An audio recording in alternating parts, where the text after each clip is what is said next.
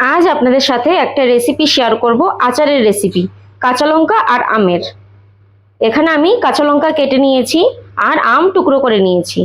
এখানে আমি নানান প্রকারের মশলা নিয়ে নিয়েছি।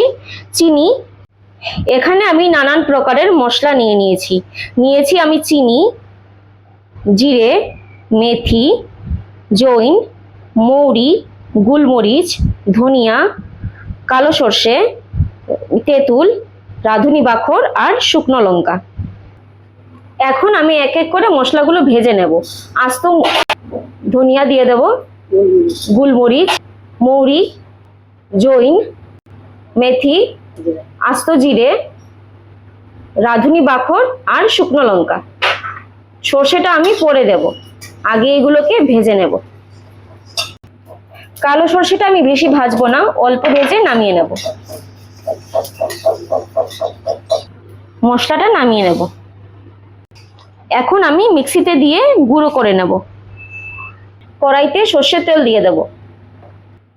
তেল গরম হয়ে গেছে, এখন আমি হিং দিয়ে দেব। এখন আমি কাঁচা লঙ্কা আর কাঁচা আমটা দিয়ে দেব। অল্প ভেজে স্বাদ অনুযায়ী নুন দিয়ে দেব। 1 চামচ পরিমাণ হলুদ গুঁড়ো দিয়ে দেব। তেঁতুলটা আমি অল্প জল দিয়ে গুলে নেব। স্বাদ অনুযায়ী আমি চিনি দিয়ে দেব। চিনিটা একটু বেশি লাগবে, কারণ এই আচারটা ঝাল, টক, মিষ্টি এইরকমই হবে।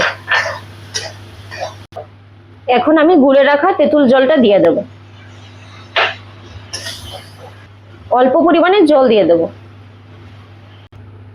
দেখুন আম আর কাঁচা লঙ্কাটাও মজে গেছে। এখন আমি অল্প ভাজা মশলা দিয়ে নামিয়ে নেব।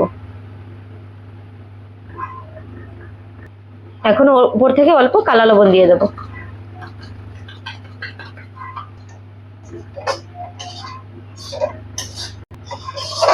এই আচারটা আপনারা গরম দিনে ডালের সঙ্গে খেয়ে দেখবেন, দারুণ লাগবে।